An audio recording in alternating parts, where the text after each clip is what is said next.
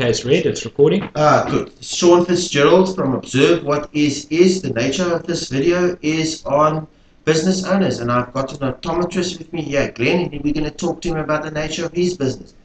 Glenn, welcome. I would like you to just give an intro to our viewers of yourself, your full name, your age, are you married, and a little bit about yourself. Hi, I'm Glenn Nugent, optometrist, age 43. Married to Kathy, and I've got 2 kids, a little girl, Hannah Grace, and a little boy, Mark. Ah, wonderful. And is there anything, do you do other things besides, does your business keep you busy all the time, or do you have hobbies? No, I've got plenty of hobbies, but all sport related. Avid golfer, and also surf a little bit here and there. Used to do triathlon. Ironman was, let's call it my distance of choice. Yeah. Fantastic. You know, I was thinking that we're having a look at Glenn. As you see, he's like a very fit guy, and I thought he'd be a surfer or something. And he confirmed what I was thinking. All right, please explain, give me your full name of your business, but please explain the nature of your optometry business, of the optometry business. Okay, my business practice name is Nugent Family Optometrists. I've got 2 branches, one in Durban North and one in Glen Ashley. And basically the nature of optometry is to help patients see. As we get older, we definitely lose the ability to read and close-up work, and that sort of generally kicks in at about age 40, between 40 and 45. My favorite saying is, if you're over the age of 45 and you're not wearing glasses, you're in denial. Sure. So, and then obviously there are different, there are a whole lot of scopes to optometry. There's low vision, there's children's vision, there's binocular vision. Contact lenses make up a big part. There's some practices that are just purely contact lens practices, etc. You know, I'm glad you said that, because I didn't know that, Glenn. I actually thought that an optometrist was just an optometrist. He just did everybody. You say that the optometrists deal with children specifically, and that's all their practice is. Yeah, they're pediatric optometrists who will basically just deal with that. They're what we call a low vision optometrist, who deal with patients who've lost sight due to ocular disease like macular degeneration, glaucoma, all those kind of things. Yeah. Okay, thank you for that. Have you ever, I know you've been an optometrist now, but have you ever owned any other kind of business? No, born bred optometry, hey? From the family? From the family. Grandfather was an optometrist, my father was an optometrist, my brother's an optometrist, then I'm an optometrist. Yeah. Okay, there we go. In the blood, and your kids are going to be optometrists? Nah, probably not. Probably not. Are you talking them out of it? No, they're just not interested in what Dad does. Oh my goodness. Yeah. It just shows you, my whole family, all my life were musicians, and I was never a musician, so it just shows it's got to stop somewhere, right? Absolutely, yeah. Okay, what are some of the challenges you faced to start, and that's including your studies from school and how you decided to be an optometrist? What were some of the challenges initially? Okay, for me, deciding to be an optometrist was a pretty easy thing. I was always interested in what my dad did, and sort of went with him when he went on trips. My dad sort of had a lot of satellite practices which he used to travel around with and service as such. The hard thing of optometry for me initially was getting into optometry. The requirements were pretty tough to get in. And once you were in, then the actual work I didn't find incredibly difficult, but the workload is what made it very difficult. So it's kind of it requires a lot of dedication, and you go to varsity to study. You don't go to varsity to jaw, and So and how long does it become to be an optometrist? The course is 4 years long. That's at university. And then tell me, do you go and work for somebody else, or do you start? No. Luckily, optometry hasn't been roped into the whole community service thing yet. So when you finish your 4 years, you can go out and practice as an optometrist. And you can open up can you just go and open up an optometry, or do you need to register? No, you register with the Medical and Dental Council. You don't have to join the Optometric Association, but it's certainly recommended to join, especially if you're starting your own practice. But nowadays, with there being so many optometrists, in my opinion, it's suicide to walk out and go try and start a brand new practice. I would say it's better to go work for somebody to start with. Fantastic. Okay, just off the top of your head, and I'm not going to put you on the spot here, Glenn. In terms of a capital outlay to start an optometry business, plus minus in the region, to have what you have here in your shop here and start, what would you be looking at? A basic practice, I think you could get away with about 500,000 to equip it. Yeah, but that's, as I say, entry-level basic stuff. And then you would grow from there. Yeah. Okay, I'm going to ask you, what are the present benefits to you of this optometry business? Present benefits in terms of freedom or family, or they're just... Well, for me, the way I practice optometry, I'm a sole practitioner. I'm not part of a group. I'm not in a massive shopping center. So I've generally got quite a bit of control over my life. It does allow me a lot of freedom to, if it's my kid's sports day, if it's I want to go, the surf's cracking and I want to go for a wave, I am able to do that. Whereas, you know, if you're in a shopping center, you're beholden by shopping out the shopping center work hours, that sort of thing.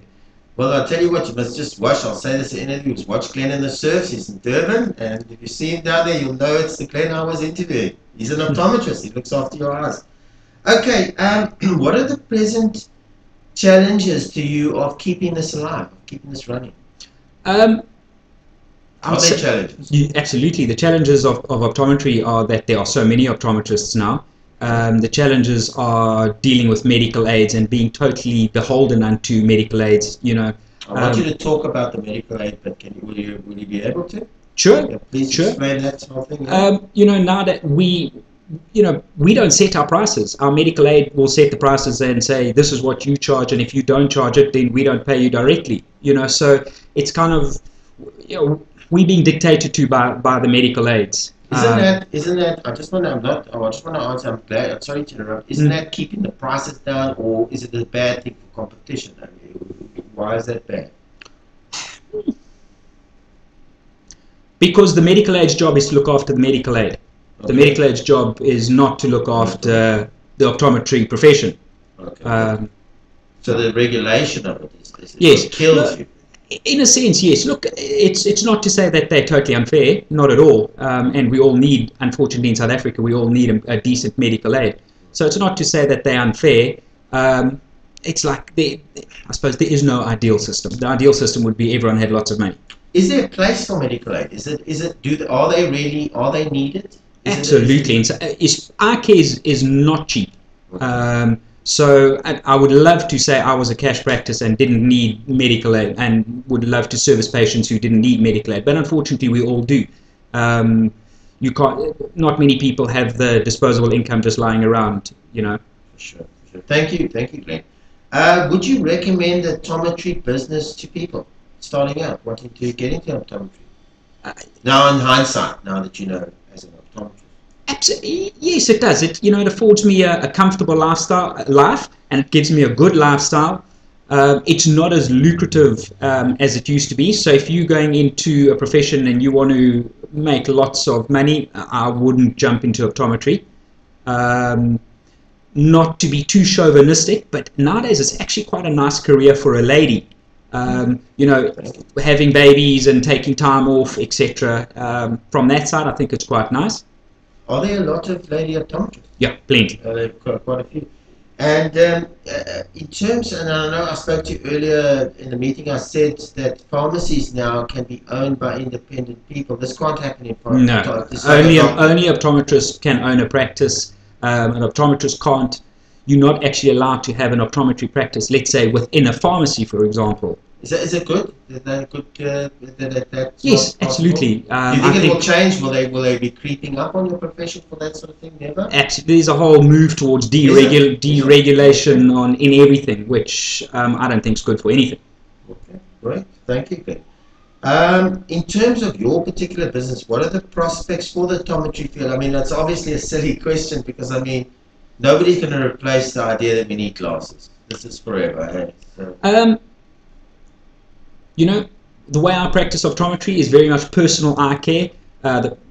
I see the patient from entry to exit kind of thing. A lot of practices these days, the optometrist, all he does is test eyes. You know, and with computers and machinery moving the way forward, the autorefractors are getting very, very good. And you know, so it's not. I don't think they'll ever replace the optometrists themselves, but I feel the personal touch is being left out. Okay, no, that people can see it on the internet now. I suppose people giving tests on the internet, and it's all going this computer way. Oh no, no, don't even get me started on that, because the internet, everybody Googles, and everybody's got a brain tumor by the time they finish reading what the signs and symptoms actually mean on the internet. So yeah, and then this is something I actually wanted to ask you. You can see it not just in your field, any health field now. The internet is full of that, where a person can just go on now and get diagnosed online without actually seeing a doctor or an optometrist. Is this a good thing? It's a double-edged sword. Knowledge is power, and it's good to empower patients with more knowledge as to looking after themselves, etc. But if there are two sides to look at, we always look at the worst side. And as I say, the common headache becomes a tumor in a heartbeat. No, for sure, I understand that. And people then making diagnoses, not worried about going to doctors, and then they're treating themselves. Fair enough. Okay, we're getting on to the final part of this. Thank you, Glenn. Tips and suggestions, not necessarily for optometry, but you being a business owner in this field. For a person starting out at 19, wanting to get into the optometry field maybe, or somebody at 40 or 50 wanting to start a business, got a bit of money, what would you suggest? What tips and you would? What kind of person? What do they need to remember to do or become, in order to get a business started and running properly? I think I would say probably the easiest is like when you're buying a house: location, location, location. You know, if you can have the best concept in the world, the best idea in the world, but if you're positioned in the wrong place, it's going to die. And I'm an optometrist. That's really where all I can speak from. But you can have the best service, the best everything, but you don't have passing trade, you're not going to have a business. Fantastic. Thank you. And in terms of a person wanting to become an optometrist, do they need great grades? What would you suggest maybe that helped you, that was key in that? From a subject choice at school, you have to do math, science, and biology. Science and biology, a bit of a debatable thing. You can have one of them, but I would definitely recommend having both. And getting into varsity is tough, but yeah. They got it, and they probably obviously have to have a love for the field in terms of wanting to help people with glasses. You know, my favorite saying is, the best part about my job is working with people. The worst part about my job is working with people. You know, so yeah, you need to up your patience levels on both sides, your patients and your patients. Thank you. Yeah, that's a brilliant. Thank you, Glenn. All right, I'm gonna ask you. Is there anything else? We've finished with those questions. Is there anything else, Glenn, from your point of view, that I haven't covered that you'd like to say or add? No, I mean, I would love to sort of be able to say, with all, the ideal job is to be stimulated and your job be your passion, etc. But I think with any career business you choose, you're going to have days which are fantastic and you're going to have days which are just rubbish, and just stick with it. Thank you. I did, it brought me up another question. I saw you as a surfer. You love surfing. Yeah, no, I enjoy it. Would you give up optometry for surfing? I'd go very hungry. Yeah. You go very hungry. Yeah. Okay. All right. We're coming to the expo side of your business. Thank you, Glenn. I would like to know, can you please explain to the viewers that are watching this, what is unique about your optometry business as compared to your competitors, other people in this field? I'll summarize it with one example. I book 40-minute appointments because I've then got the time to help the patient, as I say, from entry to exit. You go to these big franchises, the optometrist books 20-minute appointments, so your time with them is minimal. So it's really sort of more of a personal touch. I've kind of go from granny to grandchild is my focus. Thank you, Glenn. All right, we're at the end now. What I want you to do is, I'm just going to lead you through this. I want you to give your full optometry name. Just wait until I finish. Your full optometry name, then your complete address, and then your contact details, and then if you've got a website or email address if you want to leave for the viewers. Okay. It's Nugent Family Optometrists. I've got two practices, one in Durban North in Kensington Square, and I've got one in Glen Ashley in Ashley Avenue. My telephone number, you can actually get through to both practices on the one number, 031 563 2108. Just repeat that, 031 031 563 2108. And then our website is www.nugentoptometry. Well, let's just double check that for you. Nugent Family Optom.co.za. So it's NUGENT Family FAMILY Optom OPTOM.co.za. And you did leave the address, so they can phone Yes. you and get hold of you. Yeah. Thank you very much, Glenn. We are at the end yet, just don't enter just yet. I just want to say to the viewers, please, if you like this video, please give us some suggestions and comments. You can leave them if you like speaking to Glenn. He's an optometrist. This is why we were here. And also subscribe to my channel. It's free. Thank you very much. I hope you liked the video. You can end it now. Just hit the red button. Tell me when it's off.